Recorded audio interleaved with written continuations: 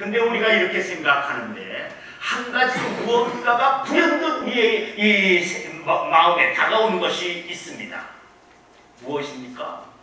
하루하루가 이렇게 기적이고 축복인데, 신비인데, 사람 하루 동안에 무슨 일이 일어날지를 모르는 겁니다.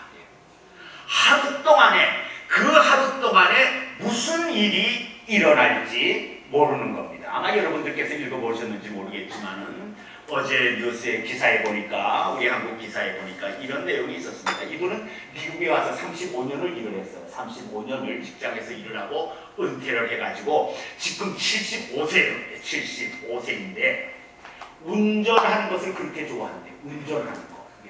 참 운전하는 것을 그렇게 좋아해서 이 LA에서 캐나다 밴쿠버까지를 대여섯 번을 혼자서 왔다 갔다 할 정도로 그렇게 운전을 좋아하세요.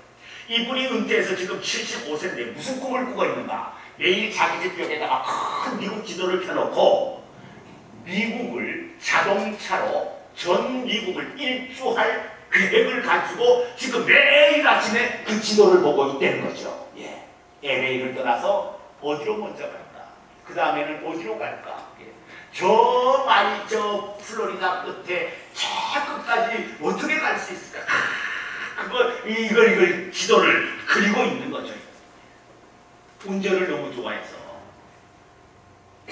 그런데 이분이 이런 말을 하셨습니다. 여행을 떠나기 전 저는 유서를 써놓고 나갑니다. 집 현관을 나서는 순간 이게 마지막일 수 있다는 생각 때문입니다. 그렇지 않습니까? 장거리 여행하는데 유서를 쓴다는 거죠. 왜? 집 현관을 나서서 핸들을 잡는 순간 그것이 그의 삶의 마지막일 수 있다는 생각 때문입니다. 우리는 하루 동안에 무슨 일이 일어날지 누구도 모릅니다. 하루 동안에 무슨 일이 일어날지 누구도 모릅니다. 좋은 일이 일어날 수도 있고 나쁜 일이 일어날 수도 있고 기쁜 일, 행복한 일도 일어날 수 있지만 슬픈 일, 불행한 일도 우리의 삶에 얼마든지 여러분 일어날 수 있습니다. 사람은 자기의 삶에서 좋은 일이 일어나고 기쁜 일이 일어나고 행복한 일이 일어나면 그것이 무엇이든지 크든 작든 언제든 사람은 그것을 다 좋아하지만 그러나 좋지 않은 일, 나쁜 일, 불행한 일은 여러분 사람은 작은 일이라도 사람은 그것을 싫어합니다. 원하지 않고 스쳐가는 것조차도 그리고 느낌이라도 좋지 않은 일은 원치 않는 것이 사람입니다. 그런데 우리의 삶은 어떻습니까? 여러분들에게 혹 이상하게 들릴지 모르지만 사람에게는 안 좋은 일도 때로는 필요해요. 혹 어떤 분을 말아드릴 수 없을지 모르겠지만 사람에게는 때로는 안 좋은 일도 필요해요. 아픈 일, 눈물 흘리는 일도 필요해요. 괴로운 일, 역경을 당하는 일도 사람에게는 원치 않지만은 사람에게는 필요합니다. 아픔과 눈물, 괴로움과 역경 이것을 통해서 사람은 깨닫지 못했던 것을 깨닫게 돼요. 알지 못했던 것을 알게 되고 평소에는 보지 못했던 일생 동안에 보지 못했던 것을 보게 되는 그런 일이 있습니다. 배고픔 겪어보았나요? 배고픔 겪어보았나요? 정말 배가 고파서 남의 가게 남의 빵집에 들어가서 빵이라도 하나 훔쳐먹고 나와야 되겠다는 그런 여러분 절박한 배고픔 한번 겪어봤나요? 하루 세 끼 한 끼도 아니고 한 끼조차도 먹지 못하는 그런 배고픔을 여러분 겪어보았나요? 배고픔을 내가 겪어보기 전에는 배고파서 우는 사람들의 아픔을 절대 몰라요. 절대 모릅니다. 내가 가난해 보았나요? 너무 가난해서 죽어버려야 되겠다라고 생각하는 그 사람의 아픔, 내가 가난해 보지 않으면 그 아픔을 누구도 여러분 알지 못해요. 절대 모릅니다. 여러분. 내가 병들었을 때, 내가 실패했을 때, 내가 병이 들어보고 내가 실패해 보아야 병든 사람의 마음과 고통을 알 수 있고 내가 실패해 보아야 실패해서 좌절해서 울부짖고 있는 그 사람의 마음을 이해할 수가 있습니다. 옆에서 보아서는 절대 내가 당하지 않고는, 내가 겪어보지 않고는 여러분, 절대 여러분, 내가 정말 눈물을 뚝뚝 떨어뜨려 보지 않고는 눈물 흘리는 사람의 심정을 이해해 줄 수가 없고 알 수가 여러분 없습니다. 사람은 아픈 일과 눈물 흘리는 일, 괴로운 일과 역경을 통하는 일, 그것은 원치 않지만 그러나 이것이 필요합니다. 왜 필요합니까? 깨닫지 못했던 것을 깨닫고 알지 못했던 것을 알게 되고 보지 못했던 것을 보게 되고, 그러면서 여러분 이것을 통해서, 역경을 통해서, 고통을 통해서 사람이 어떻게 되는 겁니까? 할 수 없었던 일을 합니다. 할 수 없었던 일을 해야 돼요. 그리고 가기를 기피하고 가기를 싫어하고 가기를 원치 않고 때로는 못 가는 그 길을 가는 여러분 용기가 생겨나게 됩니다. 그러니까 고통은 사람을 용감하게 만들어요. 용감하게 만들고 사람을 단단하게 만들어요. 그리고 사람을 성숙하게 만들어요. 성숙하게 만들어요. 고통은 사람에게 그래서 빛이 되고 축복이 되고 능력이 됩니다. 시편의 다윗은 119편에서 이렇게 말씀했습니다. 고난당하기 전에는 내가 그를 행하였더니 이제는 주의 말씀을 지키나이다. 고난당한 것이 내게 유익이라 이로 말미암아 내가 주의 율례를 배우게 되었나이다. 고난을 당하니까 그 고난 속에서 하나님의 말씀을 깨달았던 것입니다. 잘못 가던 길에서 바로 가는 내가 되었다는 것이죠. 여러분, 이거 얼마나 중요합니까? 사람이 잘못 가던 길에서 바로 인생의 길을 간다는 것은 어떤 물질의 축복보다도 어떤 성공보다도 더 중요합니다. 더 중요해요.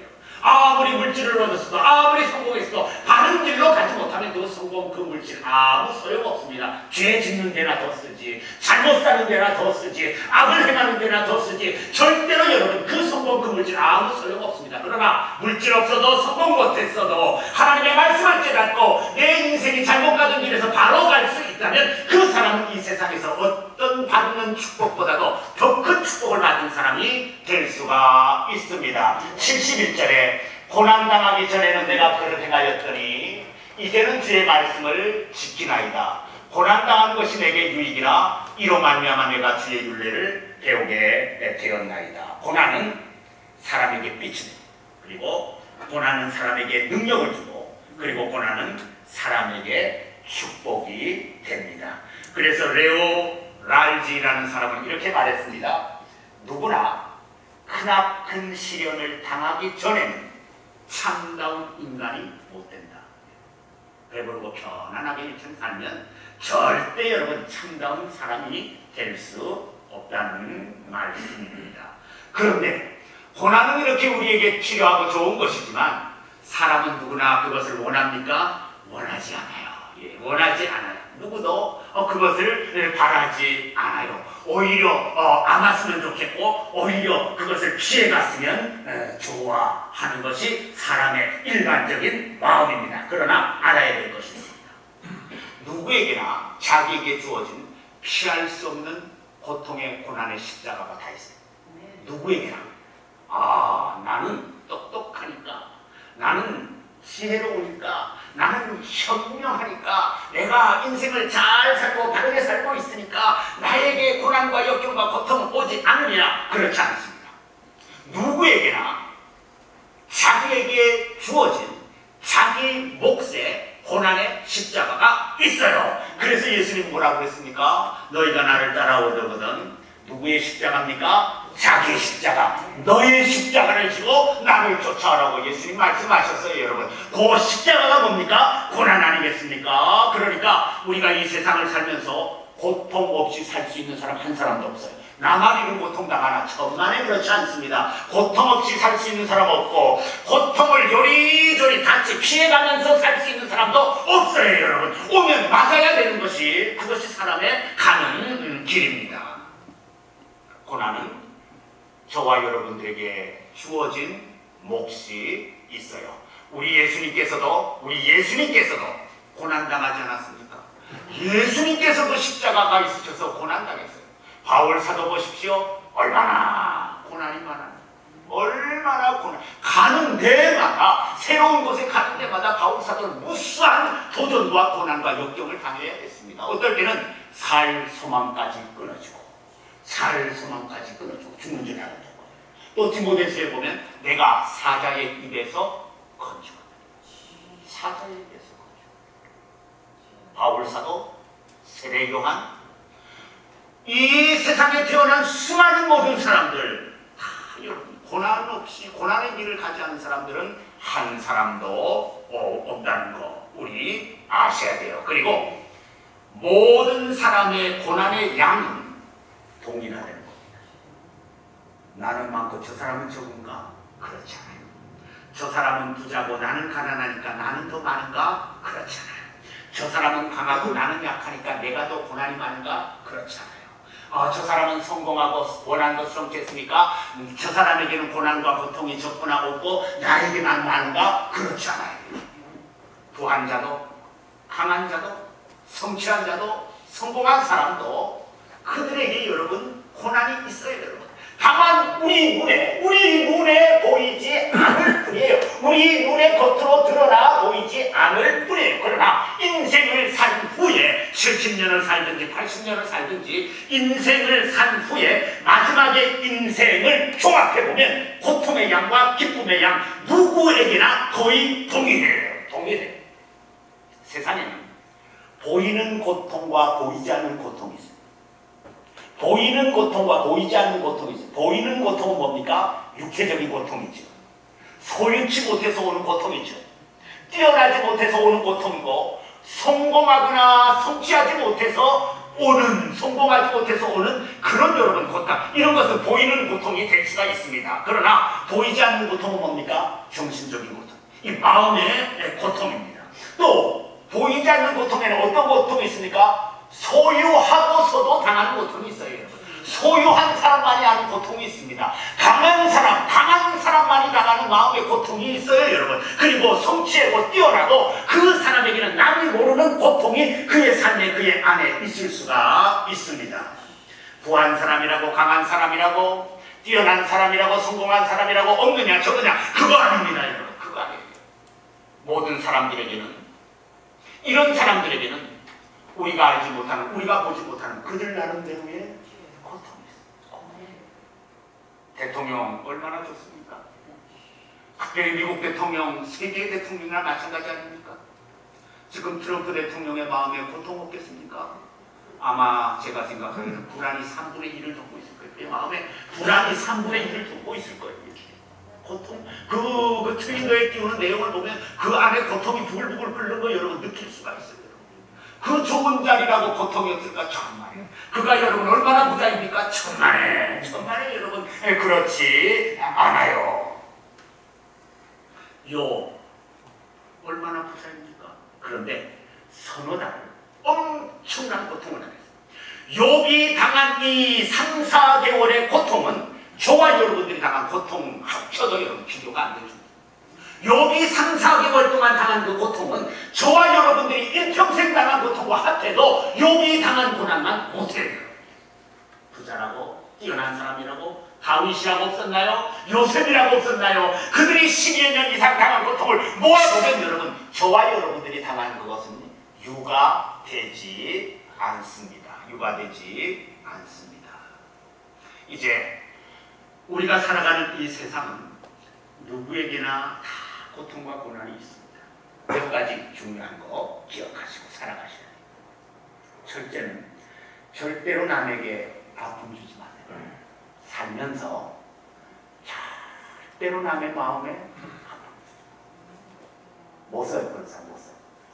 무슨 일이 있어도 아픔. 나도 고난받고 저 사람도 고난받고 다 고난의 길을 가는데 내가 심판자처럼, 내가 재판장인 것처럼, 내가 우월한 인생인 것처럼 천만에요. 천만에. 심판자와 재판자는 누굽니까? 하나님이에요. 저 사람이 잘못 삽니까? 재판할 분은 누굽니까? 하나님이세요. 내가 재판관이 아니에요. 내가 심판관이 아니에요, 여러분. 아니에요, 여러분. 나도 쓰러지고 넘어지는 인생이에요. 나도 쓰러지고 넘어지는 인생. 하나님 앞에는 의로움이 없는 인생과 똑같아요, 여러분. 똑같아요, 여러분. 절대로 우리가 이 어려운 세상을 함께 살아가면서 남의 마음을 한탄하며 남의 마음을 가르치라 남의 마음에 못을 들이받는 그러니 하면 절대 여러분 되시오. 다 어렵게 살아가는데 다 힘들게 살아가는데 위로는 못해줄 망정 칼을 휘둘러 되겠습니까? 그의 마음에 여러분 피가 뚝뚝 흐르는 상처를 내서야 되겠습니까? 안 돼요 여러분. 절대 되지 않습니다. 모든 재판, 모든 심판은 누가 하십니까? 하나님 그가 하세요. 그가 하세요.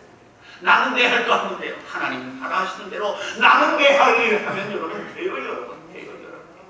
두 번째로는 고난과 시련 앞에서 절대 낙심하지 말고 원망하지 말고 하나님 앞에 감사하세요. 이게 신앙이에요. 세상 사람들은 원망하고 낙심하고 다 하지만 우리는 그렇게 해서는 하나님을 믿는 살아계신 하나님을 믿는 저와 여러분들은 그래서는 여러분 절대 되지 않고 감사해야 됩니다. 감사하지 못하면 차가 아무리 좋아도 타이어 없는 차와 똑같아요. 차가 아무리 좋아도 타이어 없으면 여러분 그 차 앞으로 갈 수 있습니까? 못 가요. 감사하지 못하면 비행기가 아무리 좋아도 날개 없는 비행기랑 똑같아요. 여러분 뜰 수 있나요? 뜨지 못해요. 여러분 여러분 우리가 감사하지 못하면 배가 아무리 좋아도 돛이 없는 낫이 키가 없는 배와 똑같아. 배에 키가 없으면 어떻게 됩니까? 바로 갈 수 없는 거죠. 여러분 바로 갈 수 없게 됩니다. 우리가 감사하지 못하면 차도 타이어 없는 차가 쓸모없는 거죠. 날개 없는 비행기가 날지 못하는 거죠. 키가 없는 배가 바로 가지 못하는 거죠. 우리는 여러분 쓸모없게 되고 인생이 앞으로 진척이 안 되고 날 수 없고 그리고 여러분 잘못된 방향으로 갈 수 있습니다. 감사하지 않으면 우리가 얼마든지 잘못된 방향으로 갈 수 있습니다. 그러나 감사하면 어떻게 됩니까? 하나님 군들 내보세요. 하나님 모든 고통을 끝나게 하세요. 그리고 하나님께서 힘을 얻게 하시고 독수리처럼 날아오르게 하시고 그리고 우리의 부족을 채워주시는 분이 하나님이세요. 이사야서 함께 봅니다. 내가 잠시 너를 버렸으나 큰 국률로 너를 모을 것이요 내가 넘치는 진노로 내 얼굴 내게서 잠시 가렸으나 영원한 자비로 너를 긍휼히 여긴다.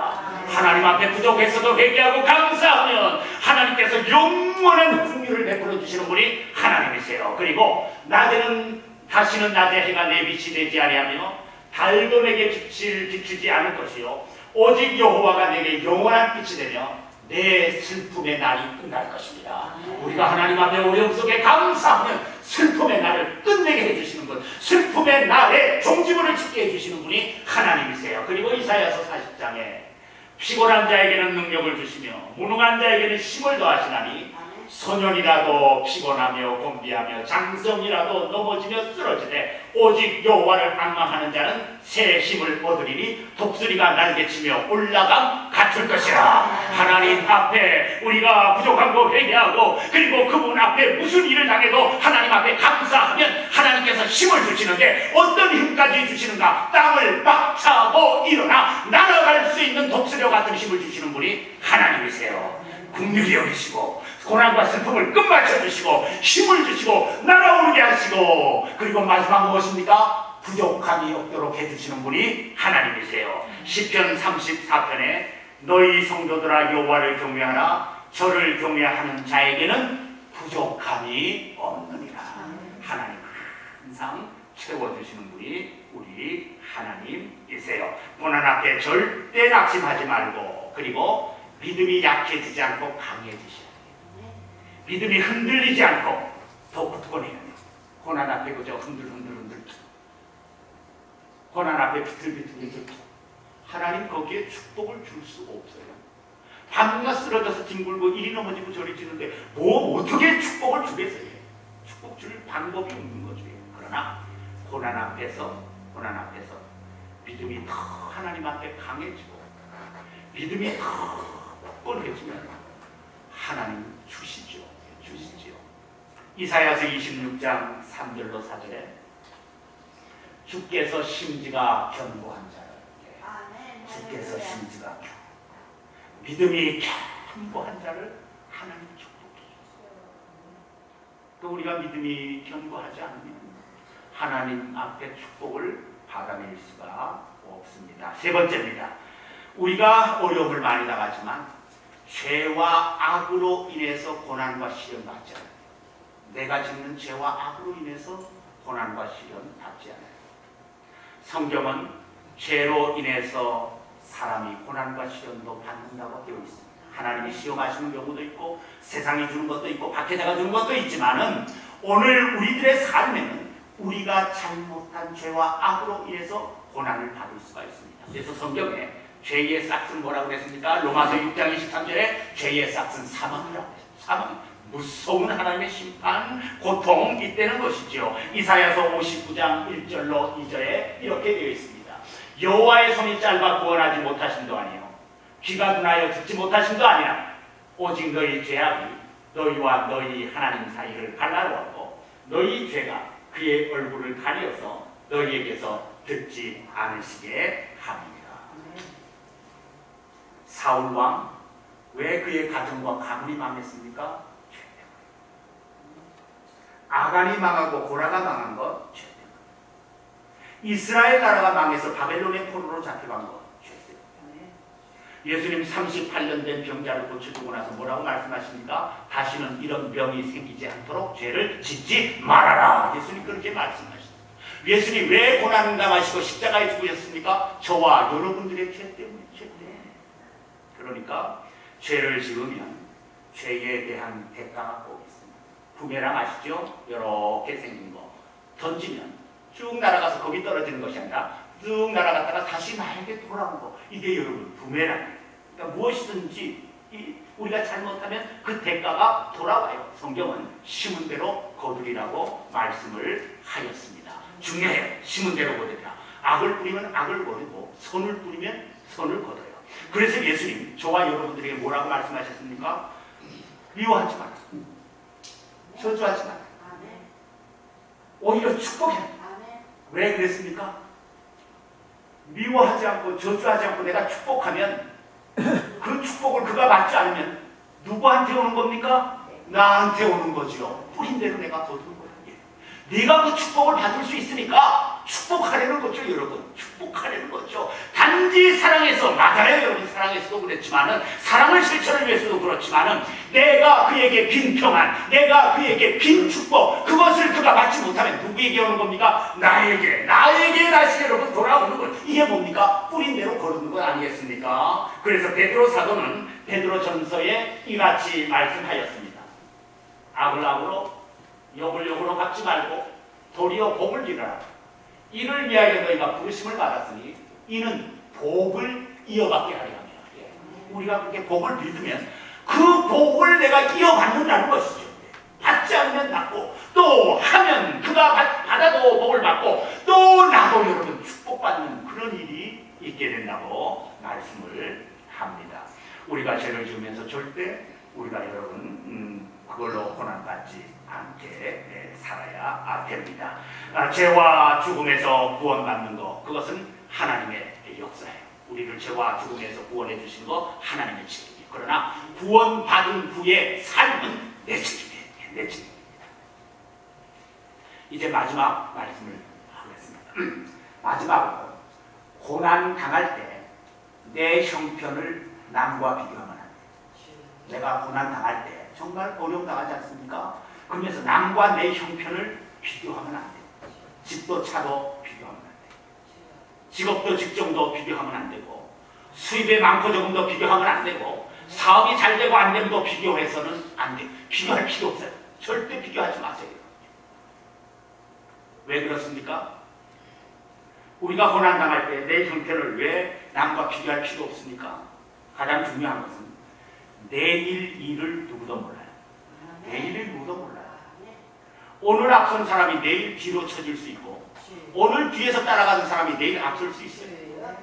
오늘 웃던 사람이 내일 울 수 있고 오늘 울던 사람이 내일 웃을 수 있어요. 웃을 수 있어요. 절대 어려움에 처했을 때 나와 다른 사람을 잘 나가는 사람과 나를 절대 여러분 비교하시면 안 돼요. 무엇이든지 비교하시면 되지 않아요. 뭘 해야 됩니까? 하나님께서 나를 어떻게 보고 계시나? 사람이 나를 어떻게 보고 계시나? 사람과 나를 어떻게 비교가 되느냐? 그거 하지 말고 하나님 그분 내 그분이 나를 어떻게 보고 계신가, 나를 어떻게 평가하고 계신가, 그거 여러분 봐야 돼. 하나님 나를 어떻게 보십니까? 하나님 나를 어떻게 평가하십니까? 과연 하나님께서 어떻게 나를 평가하고 계신가? 거기에 여러분 초점을 맞추고, 그리고 하나님께서 지금 나에게 뭐라고 말씀하시는가, 그 하나님의 말씀에 귀를 기울여야 돼. 하나님은 사람을 외모로 보지 않아요. 가지고 있는 거, 뭐 직종, 직업, 지위, 뭐 하나님 외모로 절대 여러분 하나님 보지 않아요. 그가 말하는 거 하나님 보지 않아요. 하나님은 뭘 보십니까? 우리의 마음과 중심을 보세요. 마음과 중심을 보시고 우리의 삶이 어떤가 하나님 보고 계세요. 보고 계세요. 뭐 많이 배웠느냐, 뭐 학력이 뭐냐, 뭐 재능이 뭐냐, 뭐 세상에서 너를 얼마나 알아주느냐, 뭐 어느 동네에 무슨 집을, 하나님 그거 전혀 보지 않으시는 분이 하나님. 단지 하나님 보시는 분, 우리 중심을 보세요. 우리 중심을 보시고 우리의 삶이 그분 앞에 어떠한가 그것을 보시고 말씀하시고 판단하시는 분이 하나님이세요. 사울 왕 뛰어난 사람, 누구보다도 외모에 있어서는 떨어지지 않았어요. 그리고 왕이었어요. 그런데도 하나님 어떻게 했습니까? 버리셨어요. 왜 그랬습니까? 마음이 바르지 않았어요. 마음이 굽어있어요. 성경을 한번 읽어. 마음이 굽어있어요. 하나님 바르지 않았어요. 그리고 하나님의 말씀대로 살지 않았어요. 그래서 그 사울 하나님의 평가에서 바닥을 치지 않습니까? 바닥을 쳐요. 하나님 버리세요. 왕이라도 하나님 버려버리고 말아요. 그런데 다윗은 뭡니까? 목동이었어요. 어렸어요. 무명의 아이였어요. 그런데 하나님이 그를 왕으로 택했어요. 왜 택했습니까? 마음이 하나님 앞에 바라요. 마음이 하나님 앞에. 그리고 하나님의 말씀대로 살아요. 그래서 하나님께서 다윗을 택해서 왕위를 그에게 여러분 주지 않습니까? 하나님은 이거 보지 않아요. 이거 보지 않아요. 이게 쓰여 있는 거 이거 보지 않아요. 여기를 보시는 하나님이에요. 여기를 보시는 하나님. 롯의 부인, 아브라함의 조카 롯의 부인 잘 살았죠. 소돔과 고모라 성에 들어가서 호화호시겠죠. 세상에 푹 빠졌죠. 근데 여러분 다 잃어버리고 말았습니다. 왜 그렇습니까? 소금 기둥이 되어버리고 말았습니다. 왜 그렇습니까? 하나님을 중심에서 제해버리고 세상에 빠져버렸기 때문에, 신앙으로 살지 않고 세상적으로 살았기 때문에 하나님께서 다 잃어버리게 하시고, 마지막에는 여러분 소돔과 고모라 성만 망하는 성을 돌아보다가 소금 기둥이 되어버리고 말지 않았습니까? 우리에게 교훈 주지 않습니까? 그래서 성경에 예수님 말씀하시다가 롯의 철을 생각하라, 롯의 철을 기억하라는 말씀을 하십니다. 그런데 성경에 또 한 여성이 나옵니다. 룻이라는 여성입니다. 이 룻은 어떤 여성입니까? 가난했어요. 배운 것도 없었어요. 보잘 것 없었어요. 여러분. 힘도 없었어요. 근데 축복을 받았어요. 왜 그렇습니까? 마음 때문에. 그 마음 때문에, 그리고 신실하게 하나님을 의지하는 그 믿음 때문에 그 여러분 룻이 큰 축복을 받는 것을 보게 됩니다. 우리가 고난 당할 때 내 형편 다른 사람과 비교하지 말아야 돼요. 사람의 쳐다보는 여러분 거기에 도움 없어요. 하나님에게만 있습니다. 단지 오히려 내가 지금 하나님 앞에 어떻게 서 있는가, 어떻게 사는가, 나와 하나님과의 거리, 하나님과의 사이는 지금 어떤가, 하나님과 나 사이에 영적인 관계와 거리 재어보셔야 돼. 재어보셔야 돼요. 그 거리가 뭔데 하나님의 축복이 있겠습니까? 하나님과 나와의 신앙의 관계, 신앙의 거리가 뭔데 하나님께서 나에게 축복해 주십니까? 절대 그렇잖아요. 하나님과 가까워질 때, 거리가 가까워질 때, 하나님에게 가까이 있을 때, 내 모습이 하나님 앞에 가까이 나아가 있을 때, 그때 하나님은 그 사람에게 축복을 주시는 분이 하나님이세요. 거리가 가까우면 하나님의 도움도 회복도 축복도 가까이 있어요. 그러나 거리가 하나님으로부터 멀면 도움도 회복도 축복도 멀리 여러분 있습니다. 인류학자 가운데 에드워드 헐이라는 분이 사람 관계에는 4가지 거리가 있다고 하였습니다. 에드워드 헐 사람 관계에 4가지 거리가 있는데, 친밀한 거리, 요거는 한 45cm 정도 이렇게 됩니다. 사람과의 거리가 부부 간에, 가족 간에, 연인 간에. 개인적인 거리, 이거는 거의 한 1m 더 떨어지는 것도 친구 간에. 사회적인 거리 1m에서 3.6m, 업무적으로 형식적으로 만나는 사람 간에 그런 먼 거리가 있고, 일반적인 거리, 전혀 알지 못하는 사람 간에는 더 먼 거리가 있다고 얘기했습니다. 여기에서 느껴지는 것이 있습니다. 신뢰도와 신뢰감이 강하고 클수록, 서로 신뢰하는 신뢰도와 신뢰감이 강하고 클수록 거리가 가까워요. 부부간, 연인간, 가족간 신뢰하는 거죠.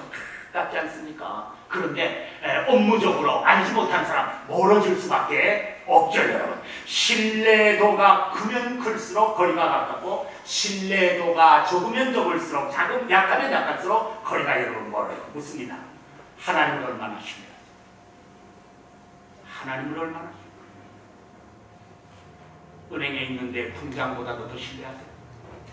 내가 가지고 있는 집 부동산보다도 더 신뢰하세요? 내가 경영하고 있는 사업토보다 더 신뢰하세요?